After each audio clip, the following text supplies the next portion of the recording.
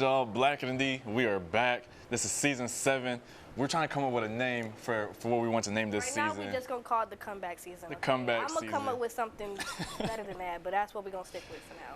For that, it's going to be the comeback season. The reason why we're naming it the comeback season is because we have a lot of more content that we want to come out with, a lot of improvements that we're really making for this semester. And if y'all seen some of our views last semester, y'all know they were a little low. So it's comeback season, we're going to get those right back up. But as always, my name is Isaiah. I'm Tykiera. This is Black-atnd.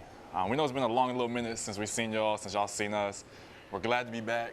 Yep. This has been like something I've been looking forward to for months, ever since we left back in May. And we have a nice little episode planned for y'all. This episode is going to be, kind of just like our first episode, obviously, for this season. We wanted to kind of do a little summer recap, kind of talk about what's going on between us in the summer, kind of see what was going on in the Black community over the summer as well. So without, further ado, I guess we can go ahead and just get started. We'll start off with you. How was your summer? What did you do? So this summer I was in ATL, y'all. It was real fun. I was working with a company as an embedded systems engineer. Now you may ask what that is. I can't answer for you because I don't even know. But I was doing research essentially. It was real nice, real cool. Met a lot of cool people. ATL was really fun. Black Central, loved it. Great vibes. Yeah, really, I just ate new food, met new people, had new experiences while getting paid. So, yeah, it was real nice, real smooth. Tell us a little bit more about that internship experience, though. Like, what was that like? So I work with a Fortune 500 company. The internship itself was very interesting because, let's just say my manager and I were in 2 different spots. So it wasn't necessarily the best in terms of me like moving forward and gaining new experiences in the work field. So I felt like I was just there. But it was just nice to see how like a big company like works and operates on the inside. Right now this company, especially that location, is not necessarily built for interns per se, but it was still nice to be able to have that type of experience. So I don't know if I would do it again, but it was nice to have. So, yeah. For sure. I mean, that's good though. That's good at least, got a little bit of experience. Me on the other hand, my summer kind of went into shambles. I've told y'all about this already, kind of what happened, but basically y'all don't know what happened yet.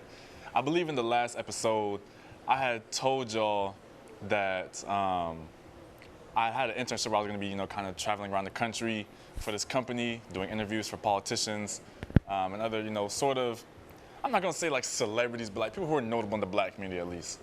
That's what I was pitched. We had signed a contract for my internship. There's a whole agreement, everything.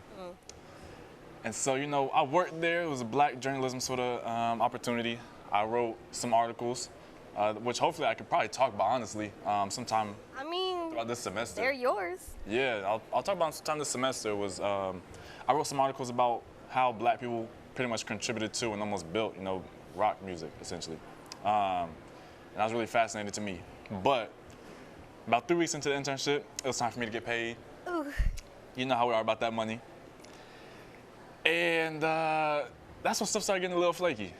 The company that I was working for basically just refused to pay me. I went through all the different sort of methods of trying to get paid. I reached out to everybody that was in the company. I reached out to the CFO, only to find out that the CFO hadn't been working there since I was hired. My bad. I mean, it really, like, at this point, it's something to laugh about, but during the moment, it was rough. Hands was pressed like a mug, and I mean, yeah, the communication just broke down, and they owed me a lot of money, and I never ended up getting paid that money. I'm not gonna out the company just because what I ended up finding out was that the company didn't even exist in the first place, which is half on me. I definitely should have done a little bit more research. I'll be the first person to admit to that, but it is what it is. Stuff happens. Long story short, though, I do have to shout out Dr. Sanders of the African Studies Department, as well as Ms. Shannon, who also works in the African Studies Department, because whenever I informed them of what happened, they were able to get me a research internship that was paid and allowed me to showcase my skill set. So with that, I was very happy. But besides that, I was also in and around Atlanta for the summer. Shout out to Emorgia. And yeah, I just, kind of lived my life, I guess, ATL was the place to be, I'm not gonna lie. It was. And I'm gonna be back there again in March. If y'all out there, any viewers, y'all finna be at ACL March, hit me up. I'm trying to have fun. But I'm also there for business, so I can't do too much, but you know. But yeah, you know, speaking of the summer, not just in terms of us, but in the black community. Keke Palmer and Usher. What are your opinions on that? So I thought a lot about this, honestly. 'Cause I knew we'd be talking about it. I know it was a controversial topic. Be open. Oh yeah, I'm always be open. I'm never gonna, you know, shun myself or censor myself. I think there's a lot of layers to it. I'll say that much. I agree. There's a lot of layers to it. I agree. I believe what Keke Palmer's boyfriend or whoever, because there's been so much like confusion on what that was and what their relationship is. Boyfriend. We'll stick with boyfriend. We'll say boyfriend. I do believe, you know, this all kind of started whenever he made a tweet about what happened. I do believe that the tweet that he made should have definitely been something that they spoke about at home. I agree. I think that was definitely something that did not need to be broadcasted to the public. You know, like what happens in house needs to stay in house. But I will say I could understand where he was coming from. I will say that much. I'm not one to sit up here and judge a woman and tell her what she can and cannot wear. At the end of the day, that's none of my business. That's like, it's not my job. I have no right to do that. But her outfit was very, you know, revealing. I'll say that much. She definitely had, you know, I don't really know what I could say on here, you know, for this family-friendly channel. But, you know, she had her behind out, you know. Some cheeks were showing. Yeah, they were. That's a safe way to say it. Some cheeks were showing. They were showing. And I mean, you know, if you watch the video, which we're gonna put in here right now, actually, so y'all can see what we're talking about, just in case y'all don't know. Boom.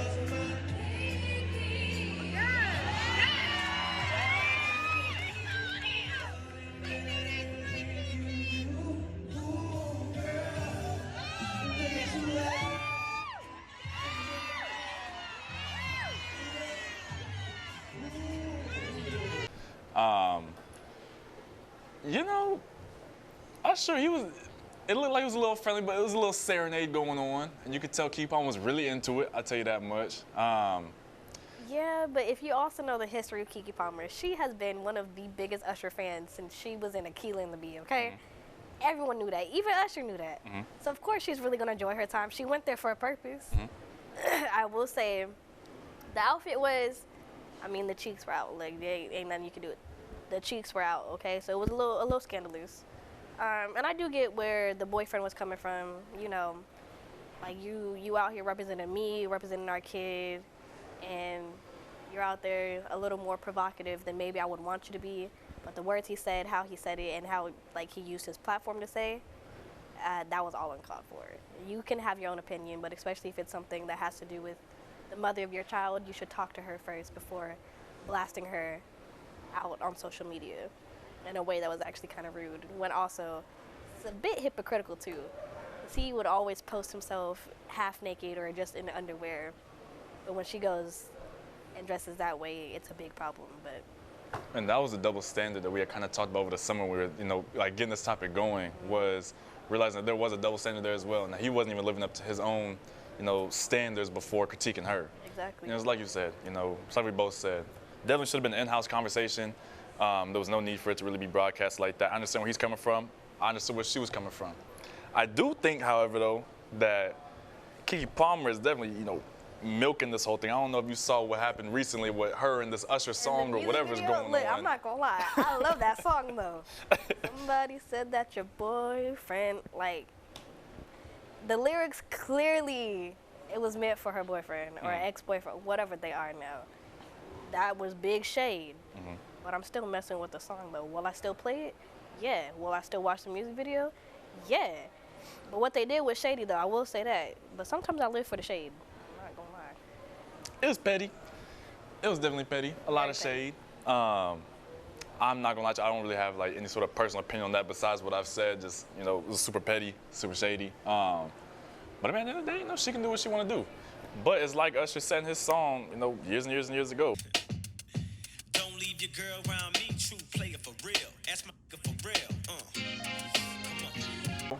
So you really can't really be mad. That's just the risk that you take whenever you leave your girl around Usher. So, fellas out there, if y'all gonna take y'all women to an Usher concert, hey, you just make sure you sit all the way up in the back if you're that worried about it. Y'all get them seats all the way in the back. Don't get all the way up front, because y'all know he be serenading the women up in the front. If he be in the front, doing his he thing. likes to walk around with that mic. If he finds you, it's a wrap. If your girl looking good, ain't nothing you can do.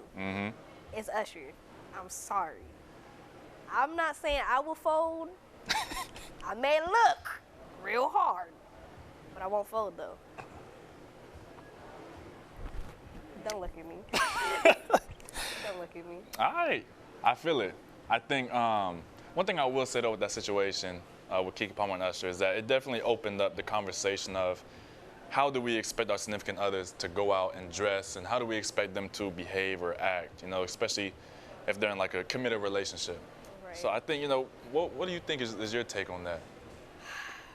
This is something really hard, especially because in one of my past relationships, he did try to tell me what I could and could not wear, which ultimately you don't get to tell me what I want. I dress the way I want because it's how I like the way it makes me feel. I like how I look. Now I do get the other side, but it's also like, when in doubt, you got with this person because you loved who they were, when you first got with them.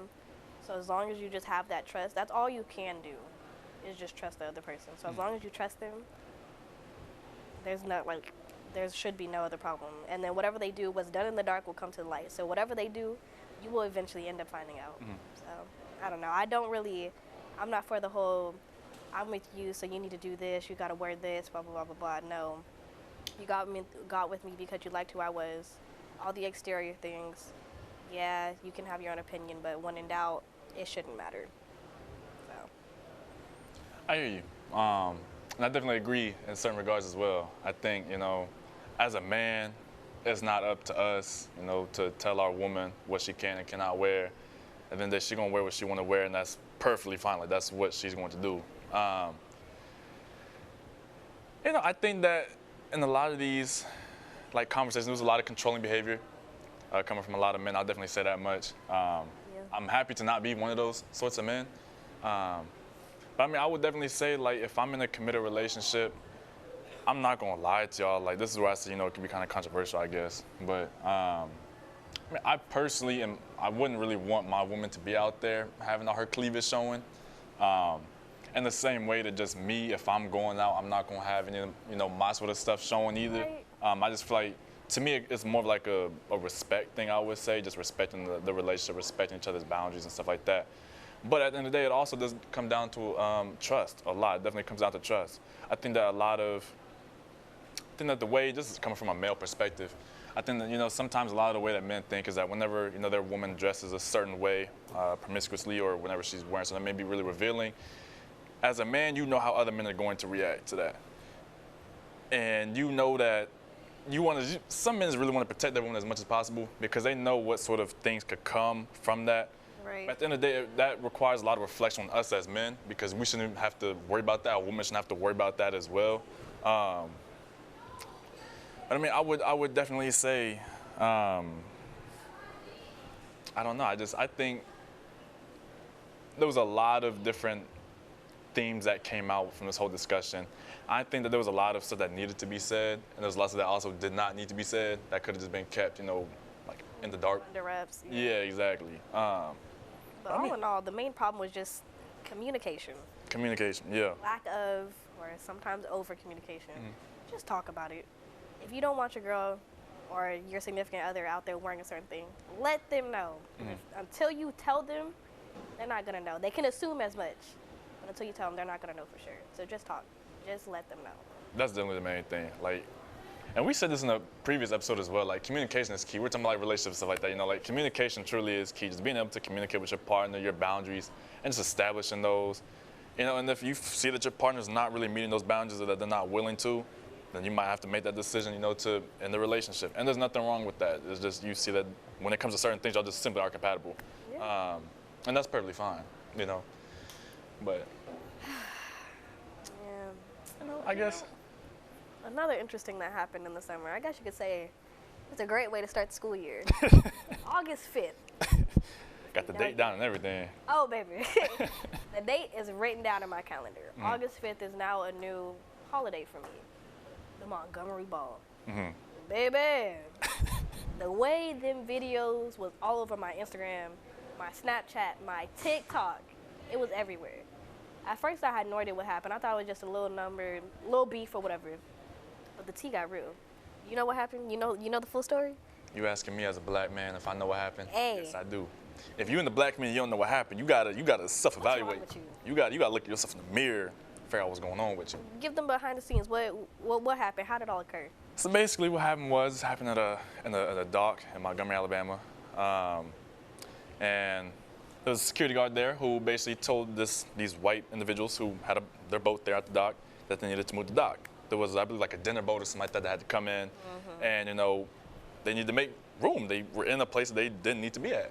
Mind you, the guy was just simply doing his job. Okay. And so rather than just abiding by, or how some of them say, comply. If you comply, nothing would happen to you. Right. They decided to start attacking this black security guard.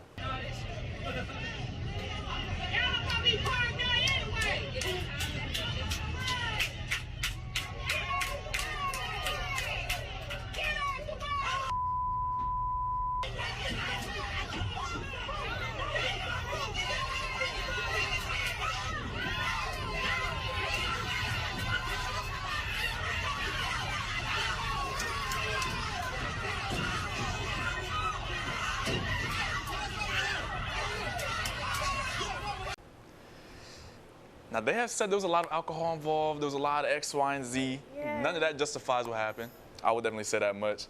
Basically, they ended up attacking this innocent black man who was just doing his job. And we're talking about like a gang of white people. A lot of them. Kicking them, stomping them, everything they could do. But then we showed up. Mans was down bad until he gave that signal. Threw that hat up in the air. Like Bobby Shmurda. Yes, sir. And then we showed up.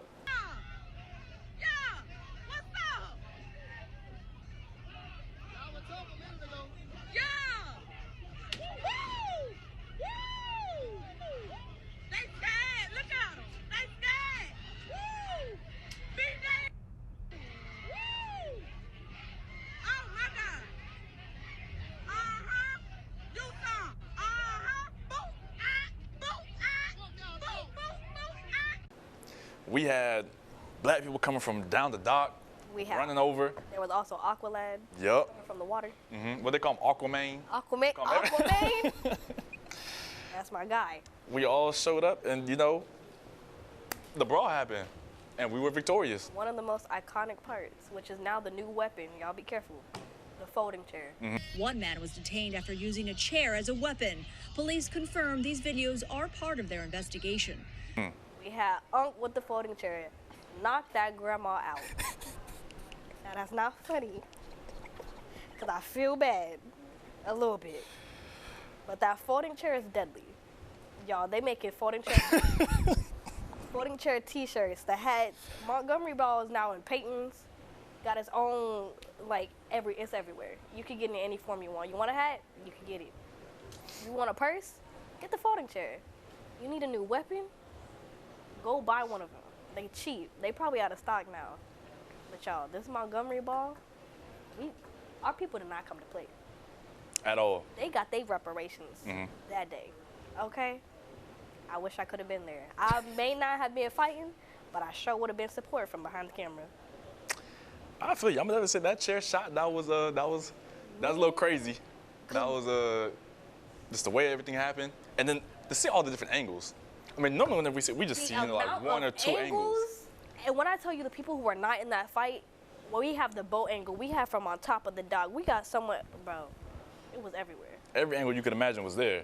And for those of y'all that didn't see it, I'm gonna put the link in the description box. So y'all make sure y'all check it out. Just I don't know how y'all couldn't have seen it, but if y'all just have not, it's gonna be there.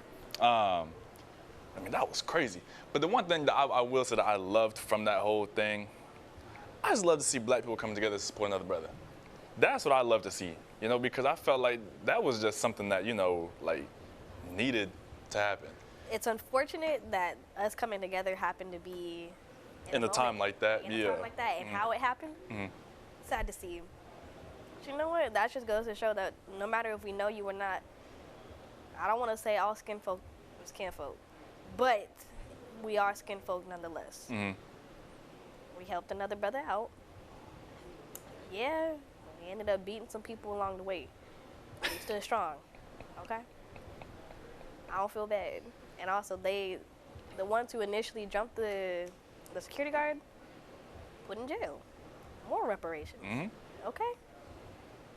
I ain't mad about it. I'm just happy it wasn't me. Why are you laughing? I'm I was like, this whole thing is just funny. I'm sorry. Nah, because I just It was funny. I only in repetition just see that hat. The hat and that chair shot, that was. Yeah, and This was on some WWE the amount timing, of man. TikToks that be going around, like whenever I'm in trouble, I'm either throwing a hat or I'm sending you the signal of a rocking chair, of a chair. Bro, this is serious. When I'm telling you, it's now a national holiday. Y'all think I'm playing. In my calendar, August 5th is March, Montgomery Brawl. Anniversary. It's down in history. Yeah, it's forever ingrained in history. That's definitely gonna be something that we will be talking about for as long as we live. I think that's definitely a monumental moment. I'm sure there's gonna be a statue somewhere. 83 on my porch in my rocking chair. Y'all remember that Montgomery Brawl? I love watching that. Like it's down. It's forever implanted in my brain. Oh yeah. And y'all's too. Absolutely. Yeah. I mean, those are the main two things that really happened over the summer that really impacted the Black community on like a large scale, I would say. If there's anything else that y'all felt like we didn't cover that happened over the summer in the Black community that y'all feel like we should cover, y'all let us know in the comment section. I'm also gonna put the little listserv down below as well in the comment section too. Actually in the description box, not the comment section, the description box. That'll allow y'all to kind of send us some ideas, other comments that y'all wanna make, just in case y'all don't wanna have y'all's public comment, or y'all's comment public. Yeah. There we go. But yeah, I think that's pretty much touched on everything that we really wanted to touch on for this first episode. Just kind This episode of. was really just a little recap, just for y'all to see what we were up to, and just for us to talk about what really happened in the Black community on a large scale. So, you know, something light, but we got some hard hitters this season. Okay, so I need y'all to stay tuned. Oh yeah, we got a lot. I think we should have said this in the beginning, but I'm gonna say this now. We'll definitely make a post about this sometime very soon. It's either gonna be a YouTube short or it's gonna be somewhere on our Instagram, which is also gonna be in the description box. Y'all make sure y'all follow that. But one thing that we do really want to incorporate this season, and even next season as well, is we want to hear y'all's voice.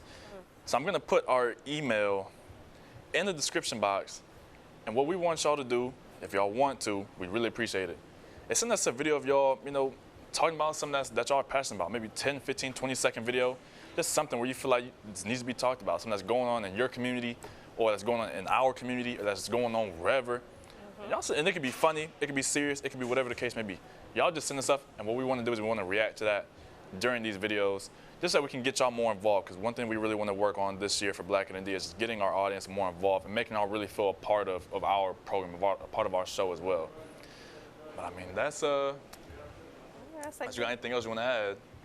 No, I think we pretty much capped on everything for this episode. So that's gonna wrap it up then, y'all. It's been a while since I said this is my favorite part of the episodes every single time, y'all. But as always, we love y'all. We appreciate y'all. We thank y'all for y'all's support. Black is beautiful, Black is excellence, and Black is love. And we out, y'all.